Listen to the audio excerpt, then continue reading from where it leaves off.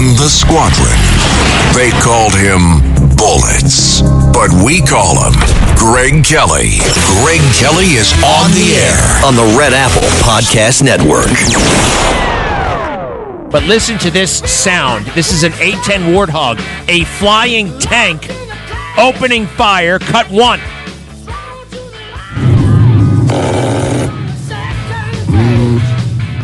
You hear that?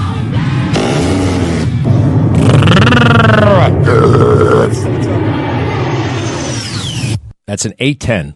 And you heard that crazy buzzing? That is the most powerful gun in the world, destroying something. It's on the very tippy top of the A-10. It's like a flying tank, and these things are now firing up the Persian Gulf, destroying those Iranian speedboats. The war is going very well, but we have a very strange, higher standard for anything Trump, right? And a lower standard in a weird way. For instance, he got impeached for talking to Zelensky about Joe Biden. Joe Biden might be corrupt. I don't know. He was just bragging about how he got somebody fired. You should look into that. They impeached him for that. That's a totally valid thing to say. I saw Joe Biden on the news, and he said that he owns you guys. You may want to look into that. That you don't get impeached for that. You're allowed to do that. So they impeached him for saying that. What else? I want you all to go peacefully and patriotically to the steps of the Capitol, and I will be there with you. And they impeached him for that, peacefully and patriotically. I think I won this election. I think I won. I can't believe, no, I don't think Biden won. I won this thing. They arrested him for that. They arrested him, they impeached him, they threw him in jail for things you are allowed to do, for basic political activity. Now, war is not basic political activity, right? It's we keep them to a minimum. They don't happen all that often. Maybe they happen too often or whatever. But President Trump is bombing Iran right now. And the left, that hate him, they're almost a little bit catatonic. Like, this is so in there. Like, this is a genuine thing. This is a genuine, significant thing. And they are so used to overreacting to nothing that their reaction is totally off. It's either they're just weird. They don't know how to handle it. But one thing they're not doing is looking at the merits of what he is doing. See, I can look at the merits and I can see, yes, eradicating Iran's missile capacity is a good thing, given that it's a terrorist state, given that these radical theocrats have been killing thousands of people since 1979, that there hasn't been payback, that they've never been really held accountable, right? No one's ever really slapped them in the face. They need to be slapped in the face. You can't do this and be a member of the world community. This is all totally appropriate. So what do? We want to stop their nuclear, we want to stop their missiles, and we want to stop them exporting terrorism all over the world. Now, right now, they're exporting drones and missiles. That's going to come to an end. They're going to run out, and they're getting smacked in the face so hard. They lost their entire Navy, their entire leadership, right? I mean, the military infrastructure has been decimated, yet we haven't won. Now, why is that? Well, nobody wants to give President Trump the win.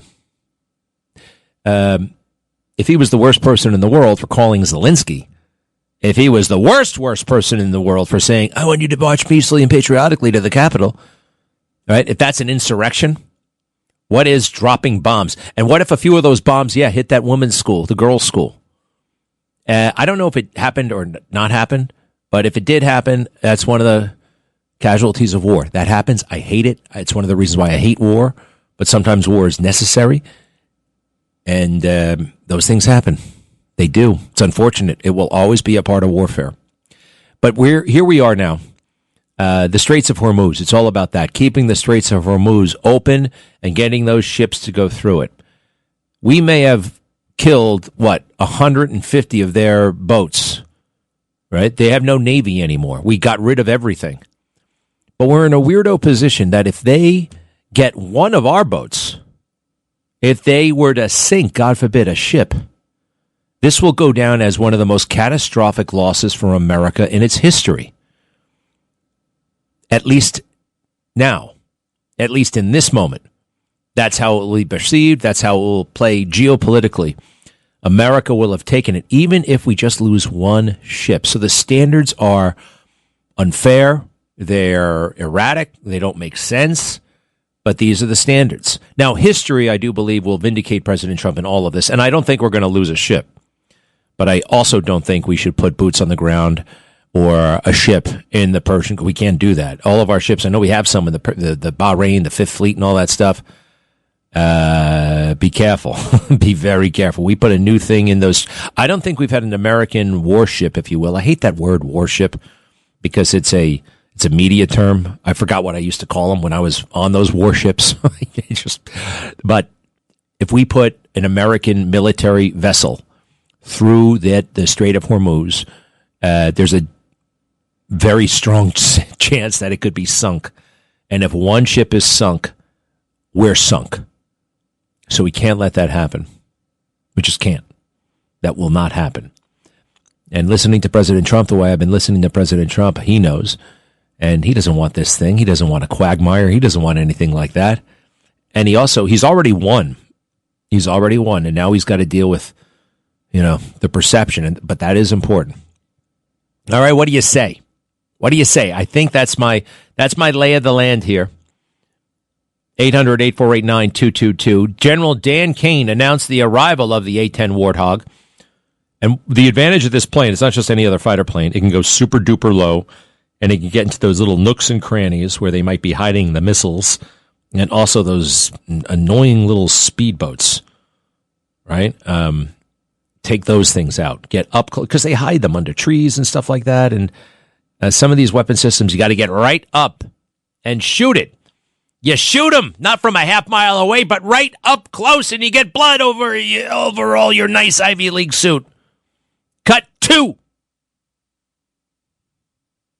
The A-10 Warthog is now in the fight across the southern flank and is hunting and killing fast attack watercraft in the Straits of Hormuz.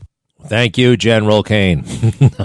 I do like that guy. He is all facts, and that's good. Now, I figured out something yesterday. Another reason why President Trump did what he did when he did it. 2 things. Venezuela. We did Venezuela first, so just in case we would have that oil, right? It can't replace Persian Gulf oil, but it can help. Second thing, Iran was 2 days away from getting something called a CM-302, which is a ultra-sophisticated Chinese anti-ship missile. It skims the waves. It comes in very fast, very low, very hard to defeat, and this son of a bitch could kill an aircraft carrier. As you listen to this little soundbite, you'll hear they're describing the missile, and just picture this little missile. It's like a torpedo, but it's not underwater. It is a rocket going incredibly fast, about 8 feet in the air, and it's going to hit right into the side of a great big ship. Cut 5, please. To sink a U.S. aircraft carrier, Iran needed a weapon it didn't have until now. The CM-302, a Chinese-made supersonic anti-ship missile capable of flying low, fast, and striking at nearly 300 kilometers. The CM-302 reduces reaction time, accelerates in the final phase, changes trajectory, and is designed to penetrate advanced naval defenses. Some analysts say it is the best anti-ship missile in the world. For the first time in this crisis, damaging or disabling a U.S. aircraft carrier is no longer a remote possibility. So, you hear that? They may already have one, but they may not either. February 24th, an agreement was signed between Iran and China, and where Iran would get a whole bunch of these missiles. And we went to war. When did we stop dropping bombs? February 28th, 4 days later. We needed to do it. Otherwise, they would have a very powerful weapon that could do very, very big-time damage, and they still may have that. We can't mess around. We can't go into the Persian Gulf, the Strait of Hormuz. I hope we rally the world and they get some gumption and they start going through that thing. However, and this is how bad the Iranians are. They're talking about going after tourist sites. Yep, New York Post. Iran threatened today to start targeting tourist sites worldwide, just as spring break kicked off across the United States. Spring break! Iranian Iranian military spokesman General Balfazi Sharik blasted out the chilling warning on state TV as he vowed that popular tourism havens would no longer be safe for Tehran's enemies. From now on, based on the information we have about you, even parks, recreational areas, and tourist destinations anywhere in the world will no longer be safe for you. Hey, you wonder why we're bombing the hell out of you? You son of a bitch. You're going to go after the women and the children on purpose? He stopped short of naming specific vacation destinations that could be in Iran's line of fire. The threats renewed fears that Tehran could potentially revert to using militant attacks beyond the Middle East as a pressure tactic against the U.S. and Israel. Well, that fires me up. That gets me even angrier. How dare you do that to us? How dare you threaten our children? Seriously. These are the barbarians we're dealing with. We got to... Thank God for President Trump. And you know what? NATO, they were in love with that Ukraine war. They were in love with it, in love with it, in love with it. And now they've seen the light. Ooh, they have kind of seen the light. Look, my friends say he's spinning us, but I think this is a step in the right direction. NATO getting off its ass, finally. Cut 6. This is the Secretary General of the what does NATO stand for? The North Atlantic Treaty Organization, NATO. What the US is doing at the moment is degrading that capability of Iran, and I think that's very important. This is important for European security, for the Middle East. It is vital for Israel itself. A nuclear Iran would potentially have been a direct threat to the future of Israel, but again, to the whole Middle East and to Europe. So he's saying the right things. He's talking the right game, but are they going to come up and cough up ships and help us? Probably not, but that might be okay. All right? We just want them to, stop busting our chops. All right? Stop whining all the time. At least pretend that you have some guts. Hey, somebody's been going off on me online. It's very interesting. They say, because I don't like this guy, Joe Kent. I don't like Joe Kent for what he did. He quit in the moment where people needed him the most, right? Joe Kent was the head of counterterrorism for the federal government. That's a big job. And with this Iran thing, right? Okay, they're going to fight back. They're going to light bombs all over here. But, we need all the counterterror guys we got. He must have sucked at his job because now he walks out. At a time like this, he quits because he doesn't like the war in Iran. Hey, dude. There's a lot of stuff our federal government does that I don't like. All right? Doesn't mean that we're the problem. How can you do such a thing? How can you do that to the country?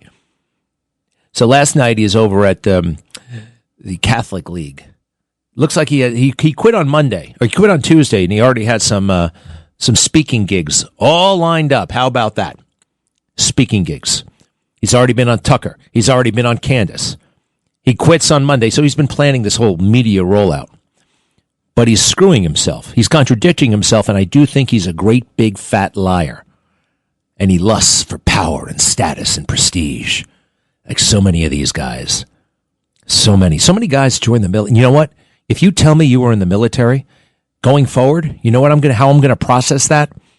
I'm going to process that like, okay, that's like telling me you played baseball in high school. I don't care. I just don't care. I mean, it's nice that you played baseball in high school, but it doesn't mean anything about how I view you right now. Because that status, it was good. Then people started bragging about it. And then people really started bragging about it. And then to differentiate each other and to have greater bragging rights, people started to brag about what they did in the military. Well, and you know who was the worst? Who did that? Who really kind of ruined it in a way? Navy SEALs. Right? And the books and the movies and the silly podcasts all over the place, right? When there's money to be made. So there's this whole weird arms race now. Who did what in the military and when, and, therefore you can talk, or you shouldn't say anything, or we should listen to this guy and not you, right? It's a mess. And this guy with his so-called 11 tours, 11 combat tours. What does that mean? If it were the Vietnam era or even the Iraq War era, you know what that kind of suggests, what it's meant to convey? 11 years in combat. There's no way this guy did 11 years in combat, right?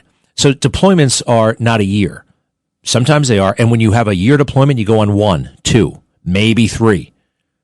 So with him, 3 months here, 6 weeks there, 6 months there, 2 weeks here, 1 year there. You count them all up. I have 11 combat deployments. Yeah. I'm going to have some fun with him. It's got to be done.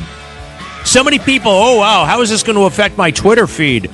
I want to go to CPAC next year. Will they still invite me if I say something bad about a conservative? I don't care. Hey, he's newly released from prison, made a mistake, did his time. Now he's back. Norman Seabrook, former head of the Corrections Union, great guy. He's with us right when we come back. Greg Kelly. Let's go, Brandon.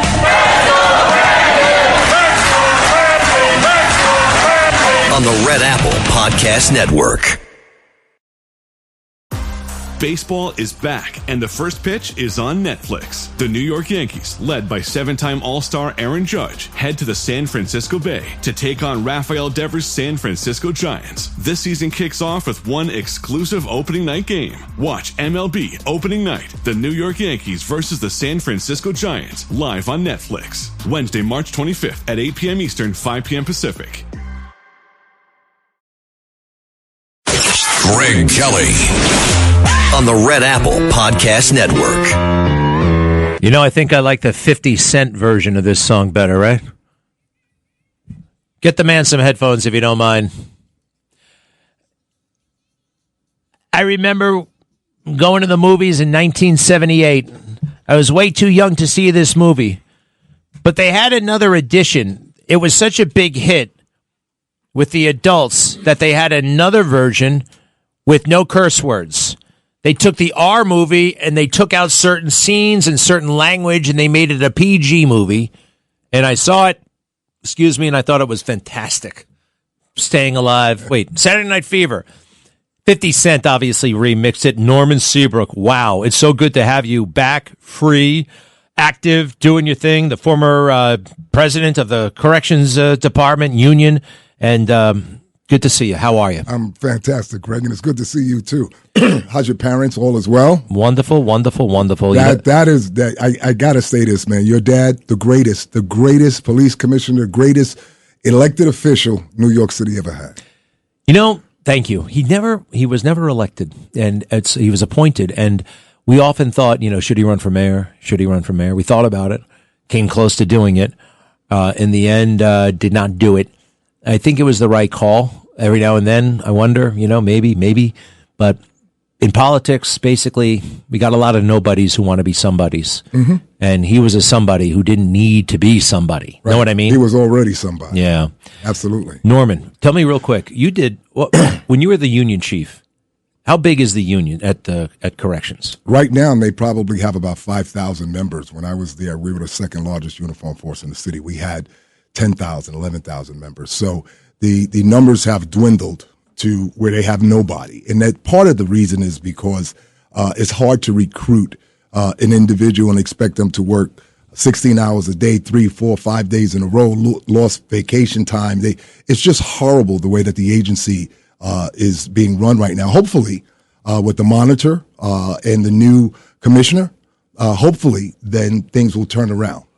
Well, the new commissioner, from what I understand, is a weirdo.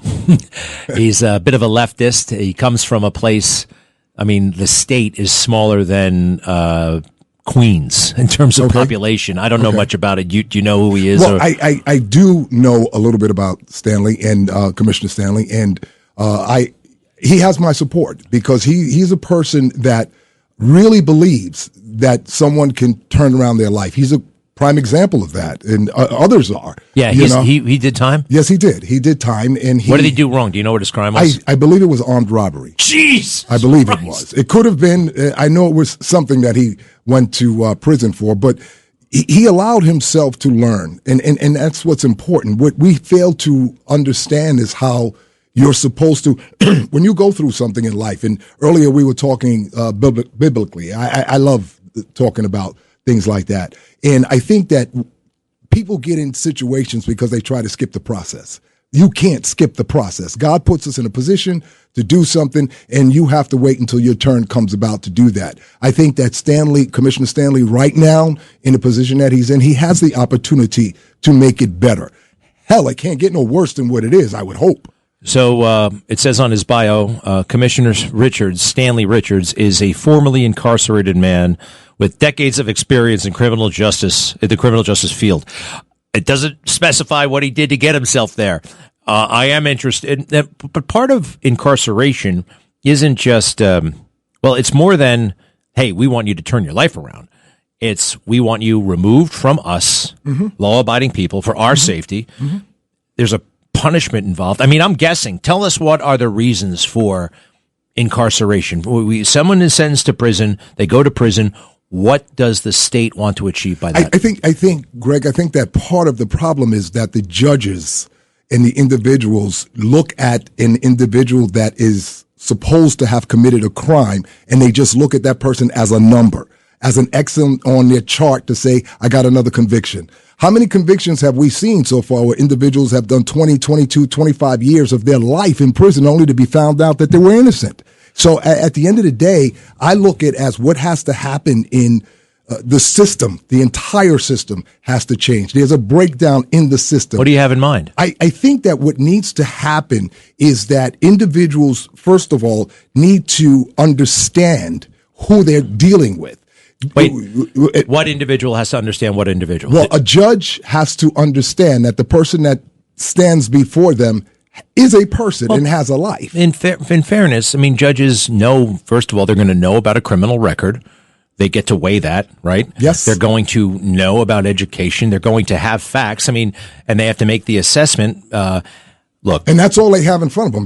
They don't have the conversation of knowing this person. Like when you go to court or whatever it is, they give you a docket. They put it in front of the judge reads it. Everything is not on there. They don't say on that piece of paper, you go to church every Sunday. They don't say on that piece of paper that you've done everything that you're supposed to do for the past 50 years. You made a mistake over here and now you're crucified. Well, actually, it does say somewhere in there whether you are a previous offender. Oh, yeah. It's going to, I mean, that's part of the equation. Look, we got a lot of people. I guess if it comes to a trial, a judge often, I can't believe I'm defending the judges here because so many of them, quite frankly, are not harsh enough. They're letting people go. Okay. They're doing these crazy violence interrupter or diversion programs.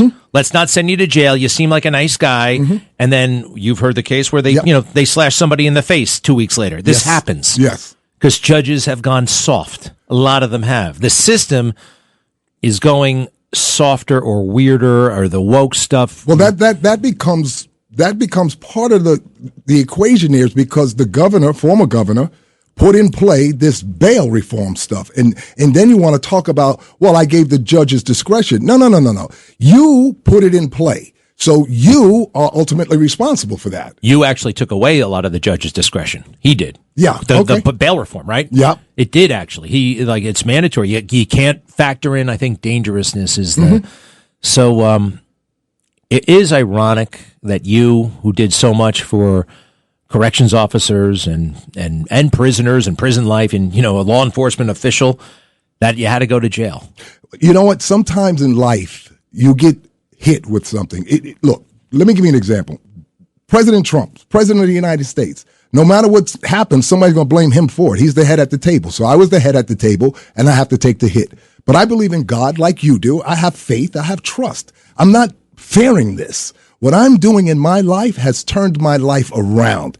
Sometimes you have to get rid of people that were around you at one time that didn't mean you any good. I am so happy to get rid of some of those crabs that were around my neck, for so many years. They did nothing. They just rode the wave. And that's what a lot of people do. They don't bring their A game. And what I did in my life is I have done more for municipal workers, blue collar workers. I was on the MTA board as a commissioner, and every time they voted to raise the fare, I voted no. I was on the United States Postal Service Commission for President George W. Bush to reform post offices in the United States of America, where they wanted to privatize the post office, and I voted no. So my list goes on and on and on about how I've supported and helped municipal workers, blue collar workers, people that wanted to get ahead as opposed to a free ride.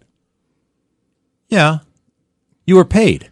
No. I mean, you don't have something coming to you because you did all these things. No, you don't hold on. see it that way. Hold on. Being a commissioner for the MTA. Well, I want to go back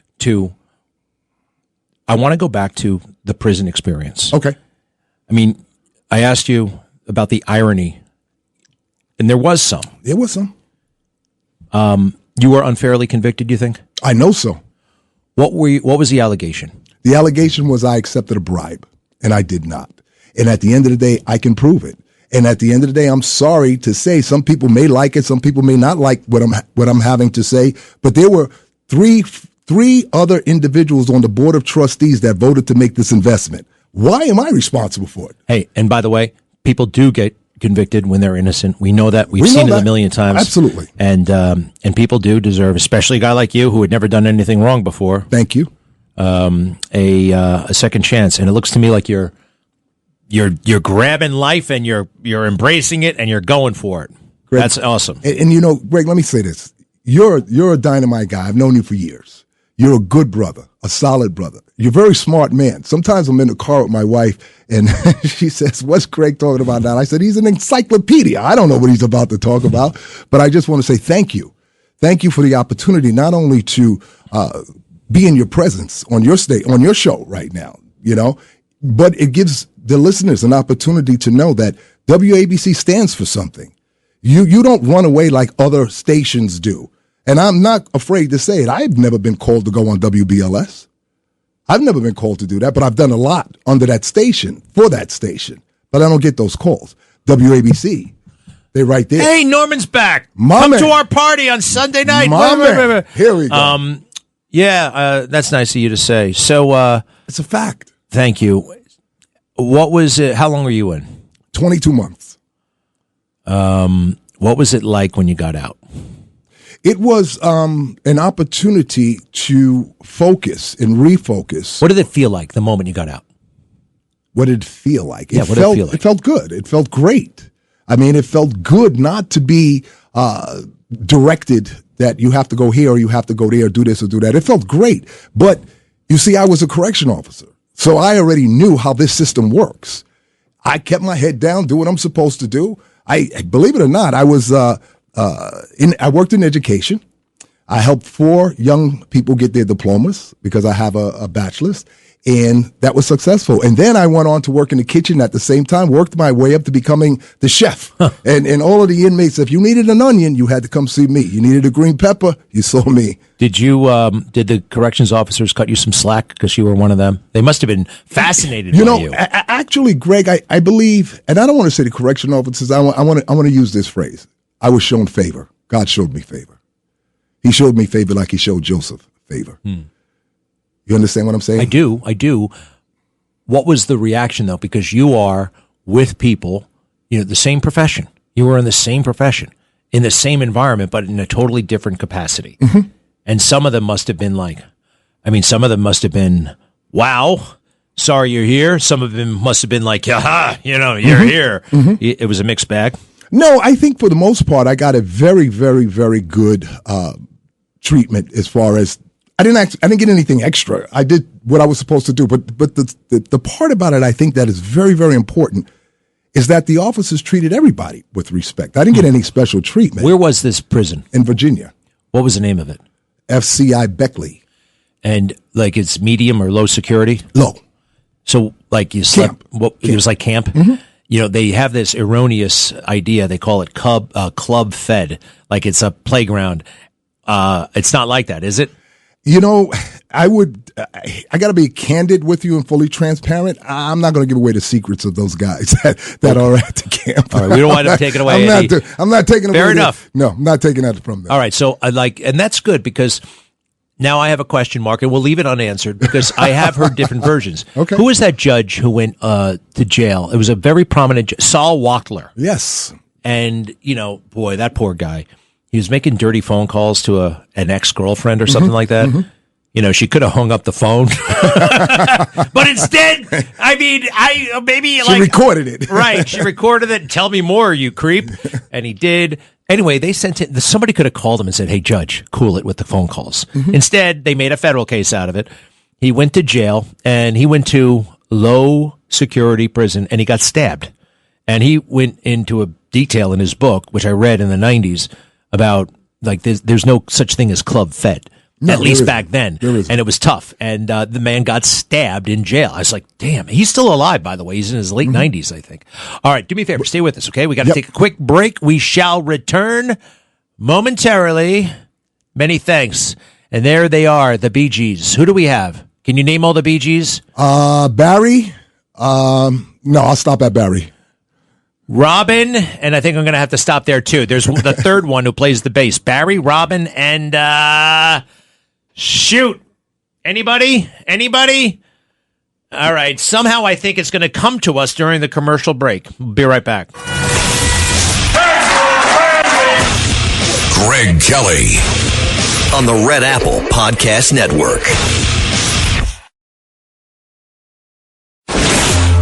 Greg Kelly, entertaining and informative on the Red Apple Podcast Network. All right. We are back. WABC, WCBS News Radio taking a real hit.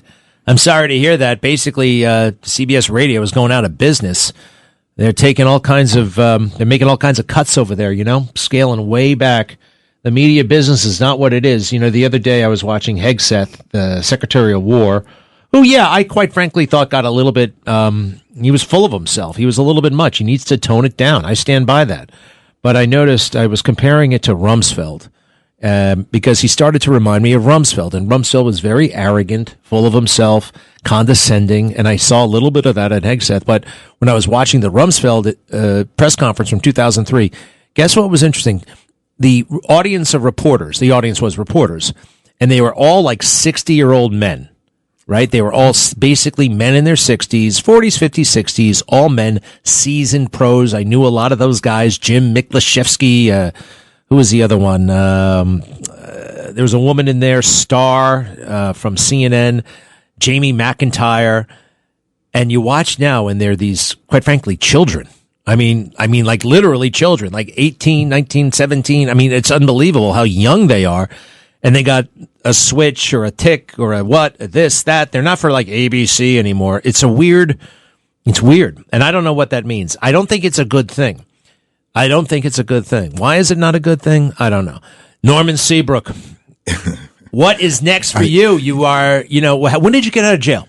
23. I came home in March of 23. All right. So that's 3 years ago. Yeah, I've been home for 3 years. All right. Well, and I'm doing what I can, doing the best I can. But, just real quick, going back to what you was talking about, the reporters and stuff, it's that we're getting older, Greg. It's not that they're young. We're getting older. No, that's not. You don't think so? No. I mean, I saw the people in the room. I'm talking about the contrast. Okay. So in the early 2000s, you had middle-aged and older men, primarily men. And these were men, I knew some of them, with homes and children and dogs and cats and college and this and that and the other thing. Now they are ultra young. They are lucky to have an apartment, if that. Okay. School loan, debt. I mean, no, I'm not like they were older before. And now they are kids. It's like they used to call it the boys on the bus and covering the president in 1972. Okay. Now there are kids. This is true. Comparatively speaking. And it's not good. It's not bad. It is what it is. You can't like have a family. You can't be the head of the household and be a Pentagon reporter and send your kids to college. Those days are over. Yeah.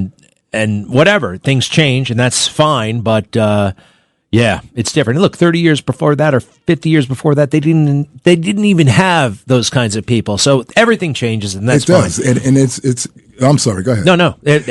Change is part of life. It is. And I think that's all part of the process and you can't skip the process. And at the end of the day, when you think about it, I think that, just for my opinion, we don't talk enough to these young people.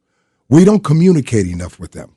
There is a disconnect with teenagers to adults in communities. I can only talk about my community, the Bronx. There's a disconnect. Well, your neighborhood. My neighborhood. The whole Bronx County. What about it? It is a disconnect. There is no communication between the young people and the older people. There's no more respect for the older person. Now, you say we seem older. I mean, let's face it. People have been saying that since people walk the earth, right? The younger generation doesn't treat us with respect. Don't you think that's kind of they've been complaining about that forever. And I think that part of the problem is because we don't have a dialogue with them. So if you don't have a dialogue with somebody, they don't know what and how to respect you. Well, I mean, where do you get that dialogue? I mean, quite frankly, I can't talk to teenage girls or boys. I don't really want to. I mean, I know what you mean, like youth groups and stuff like that, I guess, but I don't know. I talk to people. If I make eye contact with you on the streets of New York City, I'm going to open my mouth. I'm going to Norman. say, how you doing? That's just the way that my mother raised us. You can't. Did she raise you? Wait a second. Go ahead.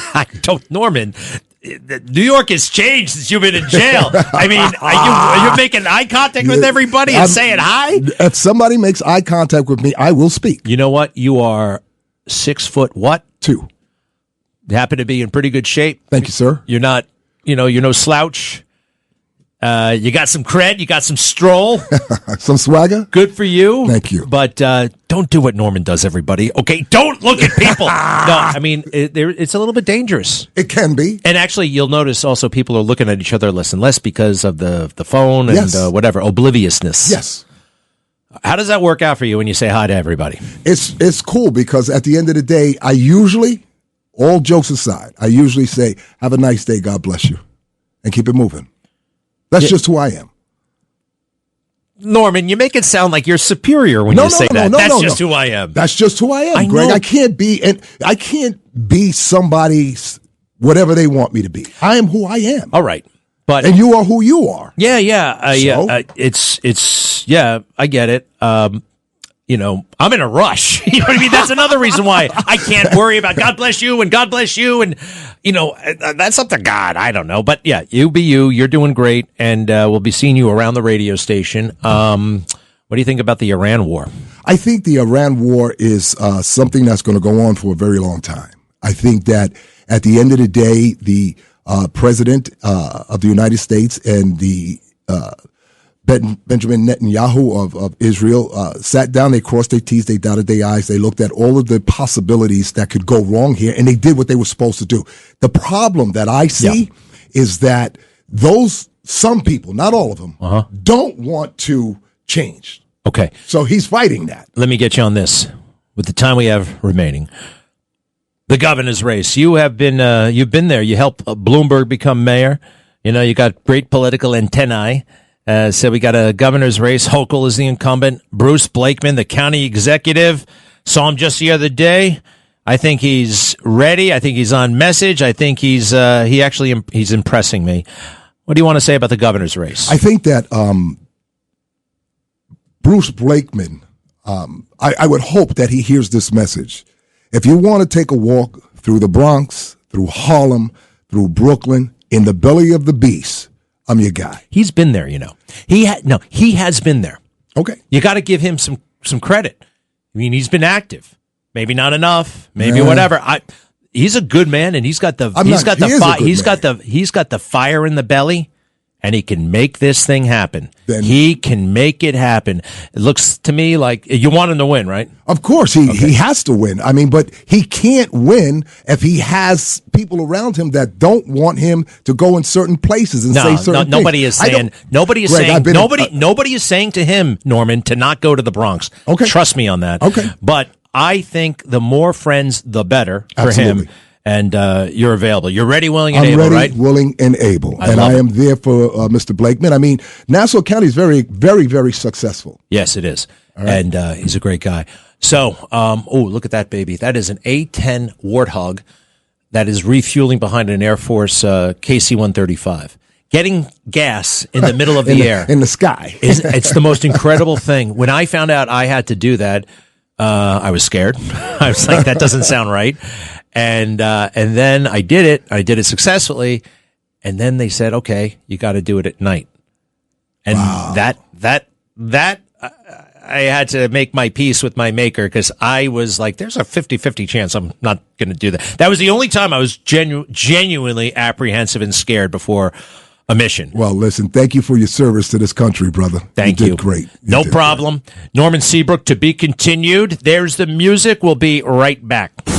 Thanks for listening to The Greg Kelly Show. You can hear The Greg Kelly Show weekdays at 12:15 on 77 WABC. If you like the podcast, share it with your friends and listen anytime at WABCRadio.com and download the WABC Radio app. Hit that subscribe button on all major podcast platforms. Plus, follow WABC on social on Instagram, TikTok, Facebook, and X. See you next time for a new episode so you never have to wonder. What the heck is going on here?